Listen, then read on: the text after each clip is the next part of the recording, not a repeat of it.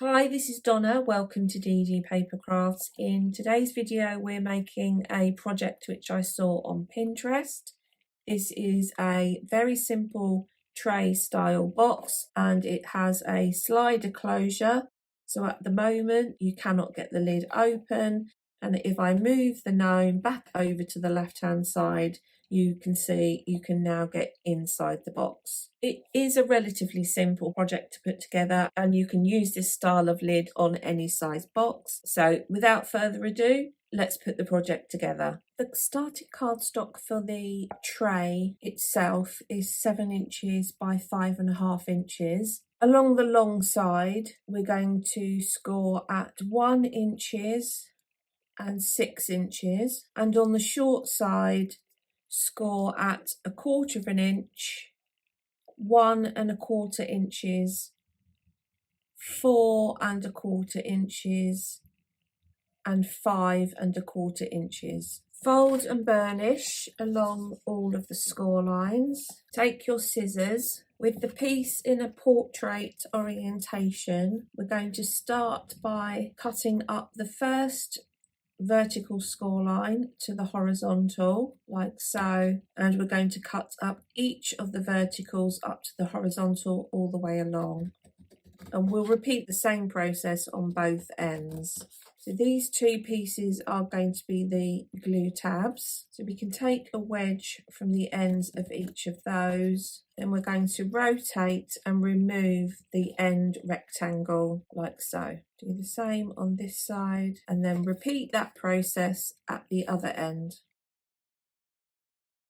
So we'll now put this together as we would any other tray. I'll add glue to the glue tabs at the end, pull the tab around under the end and secure that corner into place. Try to get a nice neat right angle on the corner of your box, and we'll repeat that on all 4 corners. There is our tray ready for the lid. Put that to one side. We're now going to think about the lid of the box, and this will be in 2 parts. The first part is 5 3/8 inch times 3 inches, and along the 5 3/8 inch side score at 1/2 inch. So this is the hinge that's going to secure the lid into the box. If we imagine that's going to sit in there, the lid is slightly shorter than the full width of the box, so you can actually get your finger in and lift the lid up to be able to access the contents. So I'm going to just fold and burnish this score line so I can explain. If you imagine this is the first lid, the second lid is going to sit on top. Now the length, how far across the lid is going to come, will depend on the image that you're going to use. I'm going to use this image here. So I've marked the back in readiness so I can explain.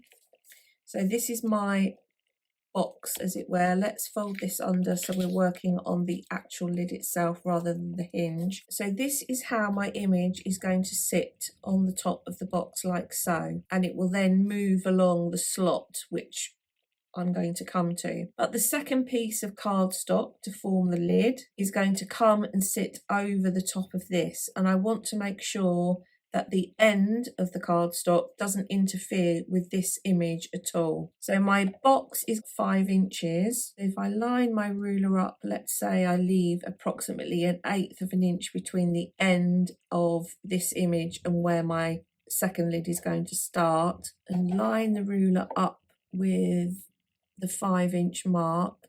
So my second piece of cardstock can be up to 2 3/4 inch, but no longer than 2 3/4 inch. If I had a smaller image, let's say for instance I'd chosen this snail, my snail would sit there, and then my cardstock could be as long as 3 3/8 inch. So the size of the second piece of the lid will depend on the width of the image that you're going to be using. Hopefully that will make sense. So as I say, this is my image, which is going to sit on there.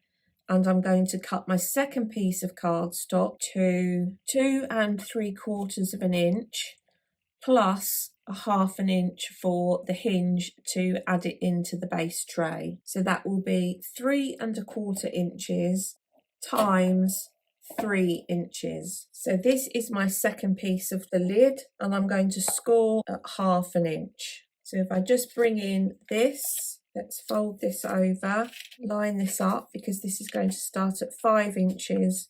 So I know that if I have my image here where I want it, the edge of the image is not going to interfere with this edge of the top lid at all. So that's how you need to calculate your second lid part. And once you've got your 2 elements, the next thing we want to do is add in the markings for the various slots or channels that the topper or this element here is going to slide along. So we'll start with this one here, and the height or the depth of your channel will depend on the size of your image and the slider mechanism that you add on the back. So I've cut myself for a total of 4 circles, and these are 1 inches. I've added 2 together, and then I've got my second 2 here, and then to that I've added another 4 circles, which I've used a circle die for, and these are 1/16 over 3/4 of an inch across. So my channel needs to be at least 3/4 of an inch plus a 1/16 so that this element can slide along. Now, if I sit my image in place where it's going to sit so that the left-hand hand is right up against what will be the edge of the box, as it were. If I sit these circles on the top, imagine this is the back, so that would sit there like so. The distance between the edge of the box and the start of my circle is going to be around 3/4 of an inch. I'm therefore going to start my channel and end my channel 3/4 of an inch from the score line here, and 3/4 of an inch from the end of the cardstock. So that's this line here, and then this line here. And I'm then going to have my channel so that it's 3/4 plus a 1/16 wide. So that gives me this line here and this line here. If I'd chosen this image, for instance, my circles that I stick on the back to create the slider would be a lot smaller. So therefore, my channel wouldn't be this wide. So just think about the size of your image and then base the length and the height of your channel on your image. So they will all be different. So if I bring in my second door, the important thing is, again, because of the size of my image, I'm going to have my channel so that it ends 3/4 of an inch away from the hinge. So I'm working on the reverse of this so I can cut everything after I've added the pattern paper. So that would put my pencil line for the end of the channel here, like so. And then the key is I must make sure that the channel comes across on the second door in line with the channel on the first door. So I'm going to sit these up against one another, make sure everything's lined up, and I'm just going to mark with a pencil, extend that down, and then make sure that I draw a vertical line like so, because your closure won't flow properly or as well if your channels are not lined up. So if I sit this piece on top of this piece, you can see that the channels are continuous like so. So I'm quite happy with that.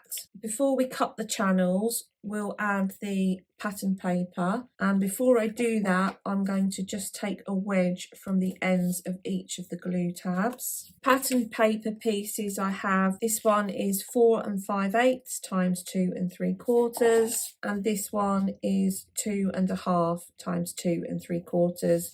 And I'm just going to adhere those onto the front before I cut the channels using the markings on the back. Make sure that your pattern paper, the glue is completely dry before you start cutting through, otherwise you have the potential of ending up with tears on the front. Now, using my craft knife and ruler, I'm going to cut away this rectangle here, and then I'm going to cut away this section down to this pencil line here. Then once I've cut those out, I'm going to remove all the pencil marks that might be left behind. So here is my two pieces, and if I sit them on top of one another, you can see that the channels are in the same place. And now is obviously your opportunity to make any adjustments before you adhere the lid into place in the box. Now I can test the depth of my circle pieces now. If I take my 2 circles with the 4 circles stuck on top and just place that on top, so we're just doing a tester, and then sit that underneath my box lid, I can make sure that the circles, the 3/4 plus a 16th circles, are going to run along the channel, which they are, and I can just see whether I'm going to need to add any additional circles into place, and I do feel that that is going to fit in there. It's quite difficult to show you. If I hold it up this way, you can see that the channel is wide enough for my smaller circles, and you can see that the 4 circles on top of one another, the depth of that is going to be enough to get through my 2 layers of cardstock. If I'd used a thicker cardstock, I might have found that I needed to add another smaller circle on. So albeit everything is upside down, my second set of larger circles is going to sit over the top like so, and then my gnome is going to slide up and down like so. And we're now going to stick the lids into place, and before I do that, just to make sure that the hinge does slot down fully, I'm going to just take a wedge off of the ends of these lid supports. So I've just taken off the corner of those. So these we will stick in as we would any other hinged lid. I'm just going to re-burnish those score lines. Let's stick this one into place. Obviously use whichever glue is your preference. Make sure that the score line is above the top edge of the box. And I'm just going to bend that back the other way and burnish that into place, and then I'll repeat that process at this end. The next thing to do would be to add our element into place. So I'm going to move this smaller lid out of the way and back. Take my discs, sit those in the slot, and I've got the disc placed right up against the slot. Add glue, add on the 2 circles like so. Just make sure that that moves freely, which that does. Add the glue to the circles and then add my image on the top. This will sit, position that. I'm happy with the arm to reach right up to the edge of the box. I can see that this is not going to interfere with the edge of this at all. Just give it a move just so that you haven't got glue sticking anywhere it shouldn't. That is going to slide quite nicely across the front of the box, and the lid is now secure, and that is moving quite easily. Now whilst that's drying, I'm going to decorate the sides of the box. So I have 4 strips of pattern paper. These are all 3/4 of an inch, and then I have 2 which are 4 3/4 of an inch, and 2 which are 2 3/4 of an inch. I'm going to stick those into place, and then the box will be complete. Here's the final box. I did add some paper into the base of the tray as well, which was 2 3/4 times 4 3/4. So you can see my gnome is nicely at this end, and that's stopping the box from opening, and then he will slide neatly over to the other side, and you can now access the goodies inside. So there we have today's project. I hope you've enjoyed today's video. If you haven't done so already, please consider subscribing to the channel, and until next time, thanks for watching.